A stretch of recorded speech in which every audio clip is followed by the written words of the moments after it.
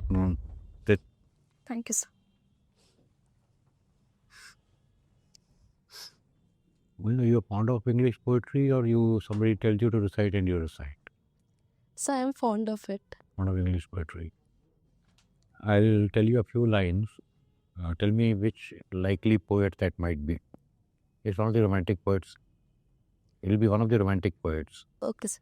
If you recall a poem called She Walks in Beauty Like the Night of Cloudless Skies and Starry Skies, thus mellow to that tender light which heaven to gaudy day denies. Is it Byron, Shelley, or Keats?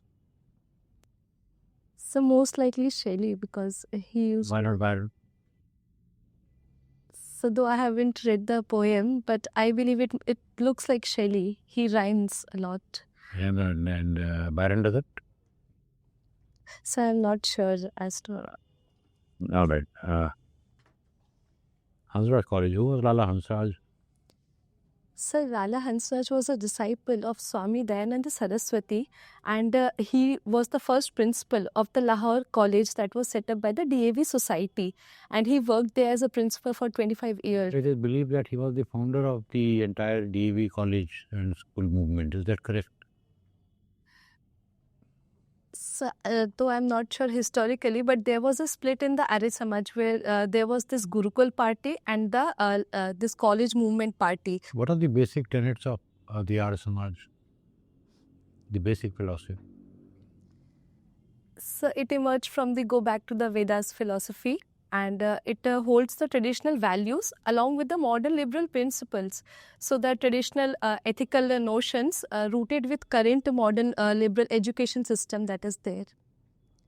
Anything about the caste system, about the status of women, inequality? So it advocated for an emancipation of women from the traditional evils that were present in the society at that time. I'm not sure about the caste system, sir. Okay.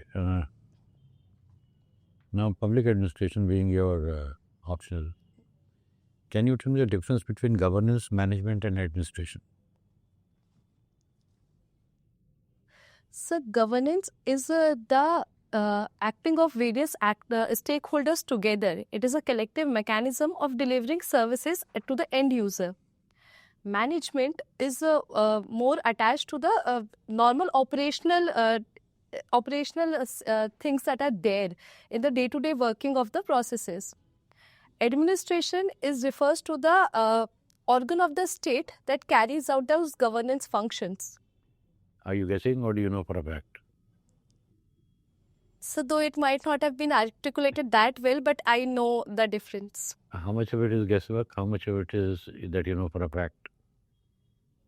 So largely this is the fact, I believe. I'm not sure though.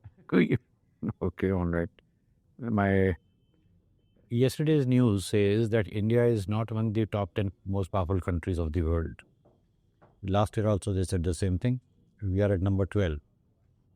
We claim to be a very strong military power. We claim to have a very, very large GDP. Why are we not in the top 10? So the reasons might include the subjective perception of such rankings. Let's assume it's correct. Assuming it to be correct, then what? So that might be because we still need to defend ourselves in the hard power front. So be it military expenditure and the military capabilities that India has, though they have served the purpose correctly presently, but they need to be upskilled. Besides, we are presently the fourth largest economy. So we are striving towards moving towards becoming a developed economy. So that might be one reason also. What about inequality per capita? My last question connected to this. Again, we are the third largest, fourth largest economy, etc., etc. But we have a very weak passport. Our passport is not welcome in many countries across the world. Why?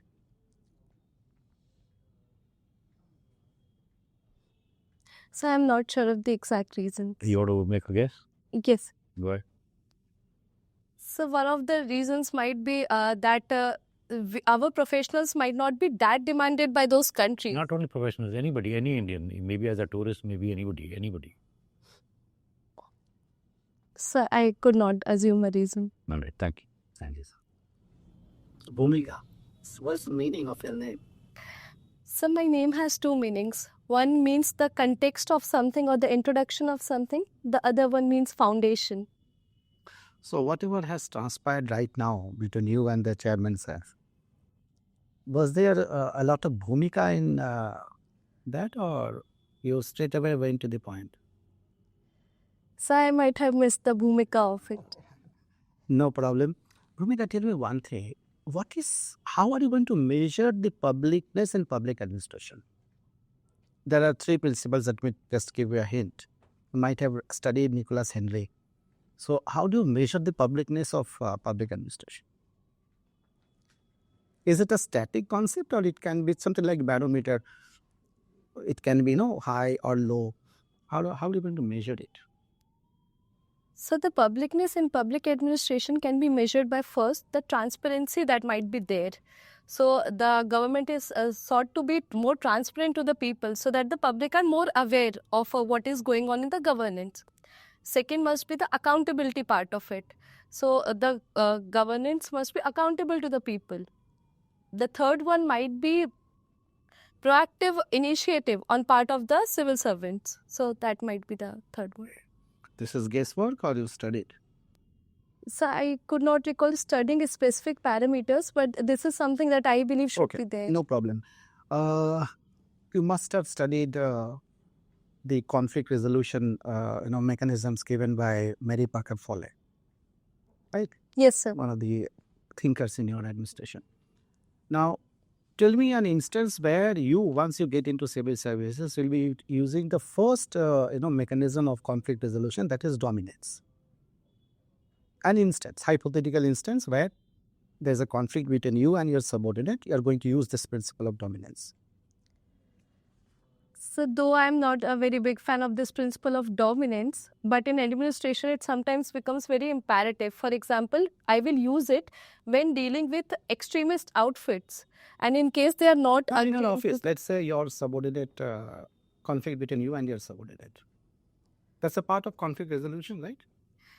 So though that must be resolved through constructive conflict by ensuring a win-win situation for both of us, I would use the dominance only. Let me ask you in different way. Where the integration principle of Mary Parker Foley cannot be used in administration, can never be used.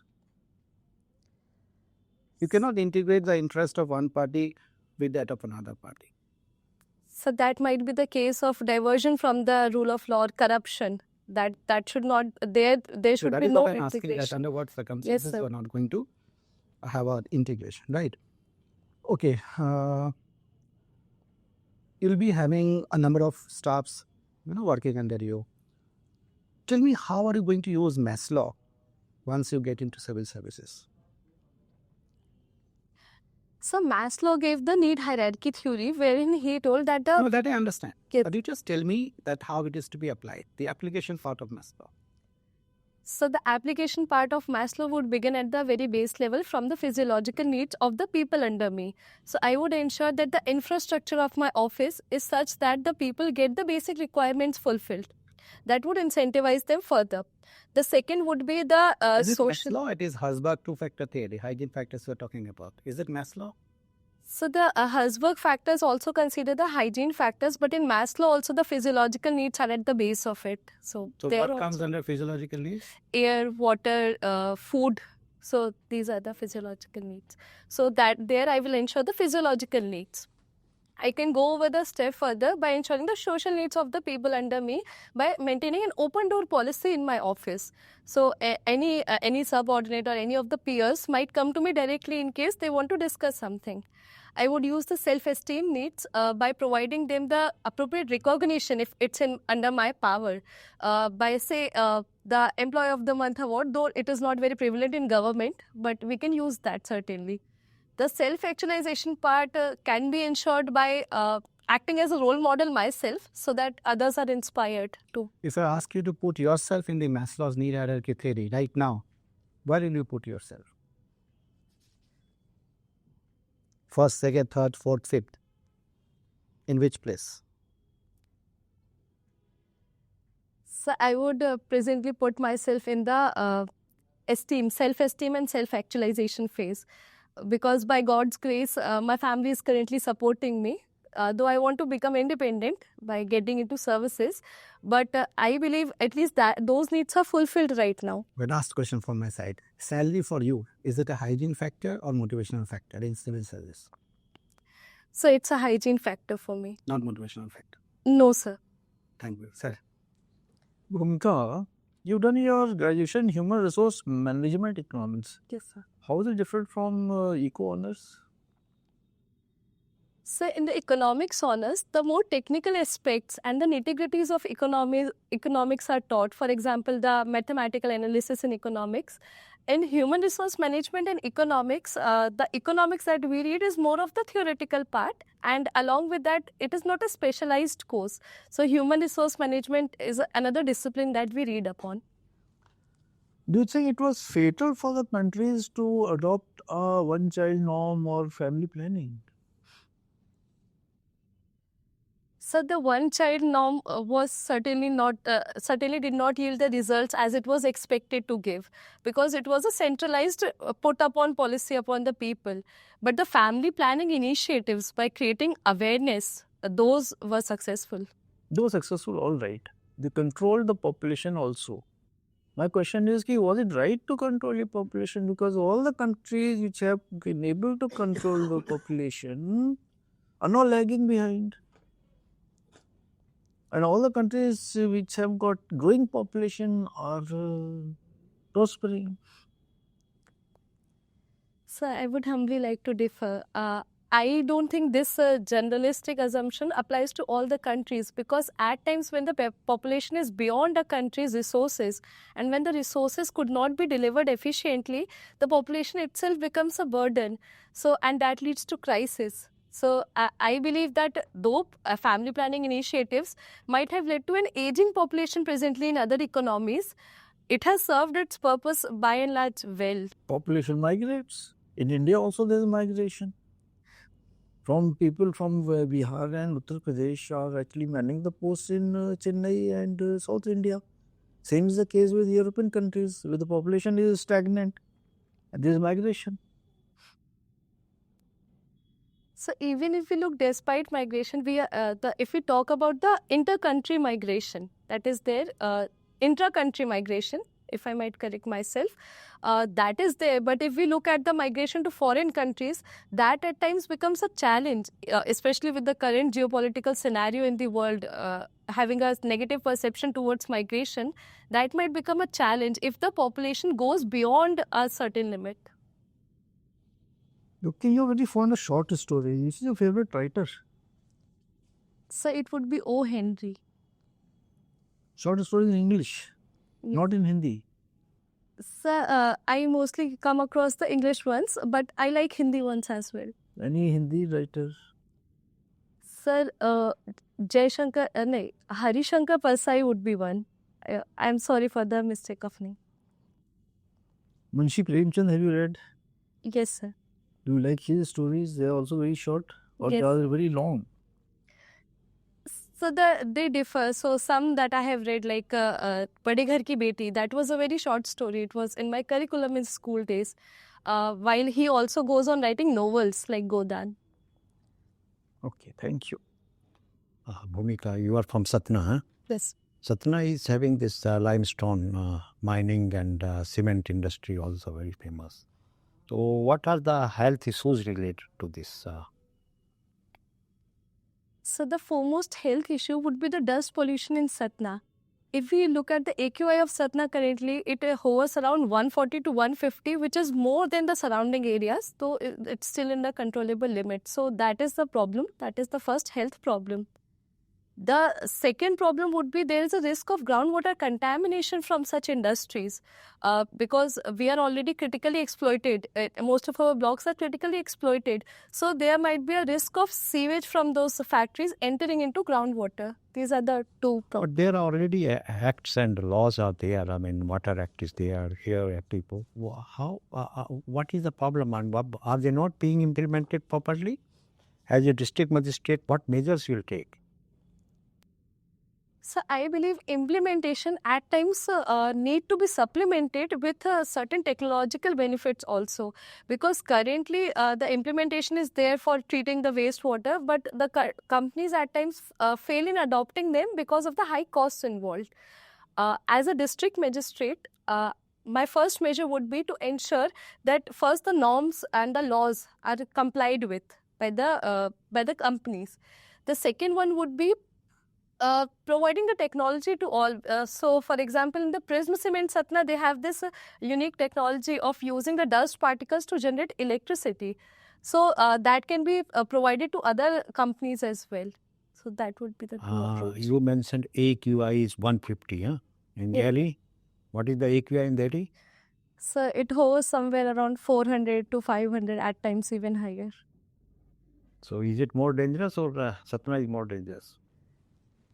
So certainly Delhi is more dangerous, but if we look at the vicinity of Satna, in the other districts nearby, the AQI is comparatively lower. So relatively Satna becomes dangerous. Okay. Governance of disaster management from national up to grassroots level. So should I state the institutions of the stakeholders? That is at the national level, but is the... So national level, there would be National Disaster Management Authority, then the State Disaster Management Authority, then the District Disaster Management Authority, along with the separate auxiliary forces, that is the NDRF and the SDRF, though they are not present at the district level currently. The district magistrate acts as the cutting edge level functionary whenever there is a localized disaster in the district. Who is the chairperson of National Disaster Management Authority? So the Prime Minister of India.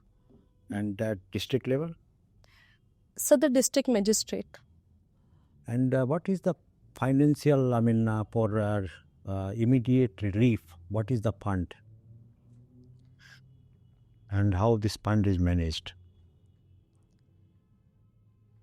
So I could not recall the exact name of the fund, and I could not recall how it is managed as of the moment. The same NDRF, National Disaster Response Fund, is there. Okay, Madhya Pradesh is also called the land of the tigers. How many tigers are there? Approximately, as per the last census. So the last I could recall, there were around 5,000 tigers. How much? 5,000 tigers. That's what I could recall. In MP? So I'm not sure. I could not recall. Okay. Then what is the impact of this cheetah intrusion? What is the benefits of, or is it a success story? So the reintroduction of cheetah can be considered beneficial for the grassland ecosystem, and that was the reason why they were introduced. And besides, there is a biodiversity factor of bringing back a species that was earlier present in India.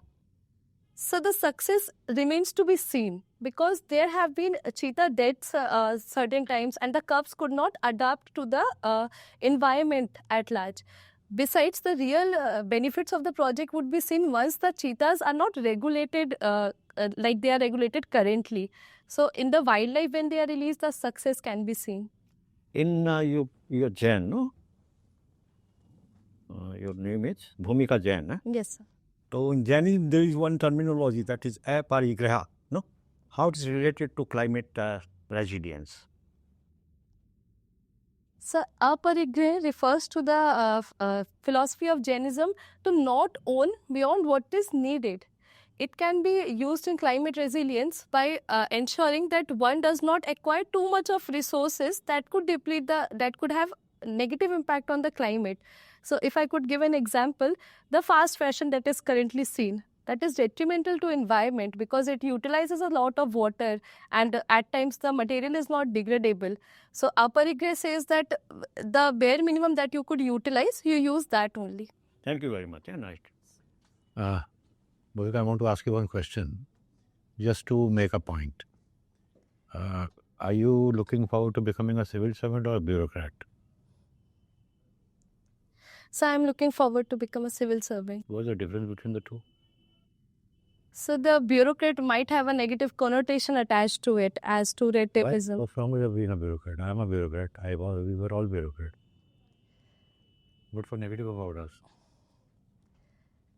more so in the light of the positive of being a civil servant. I want to serve the The people. point I was making is a point you should be very careful about. Do not guess. I told you earlier, don't guess. He told you earlier, don't guess. And I knew you would guess here, that's why I asked you. Why are you guessing blindly? You're very good. You got a very confident personality, great smile, you talk very well. So, इतना guess कर रही क्या जरूरत? Yes. Tell me, tigers, tiger population, 5,000 tigers had a heart attack. 5,000 tigers would have taken over your state. Yes. So I heard something. तुझे मना कर तो नहीं आता खत्म. You know, the only thing that might pull you down is your blind guessing. You're very good otherwise. So I'll just stay cautious of it. I've written you're pleasant, you're confident, you speak very well, you stand by your point about that question on population. Don't guess. Yes. That's my only request. Yes. But why were you guessing so much?